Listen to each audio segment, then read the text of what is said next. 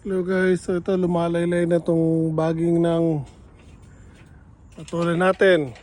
Kaya tataas natin para hindi siya umabot sa mga sasakyan na pumapasok dito sa garahe. Yan na po. So, yan lang po ang kailangan nyo gawin pag meron kayong balag sa may garahe nyo.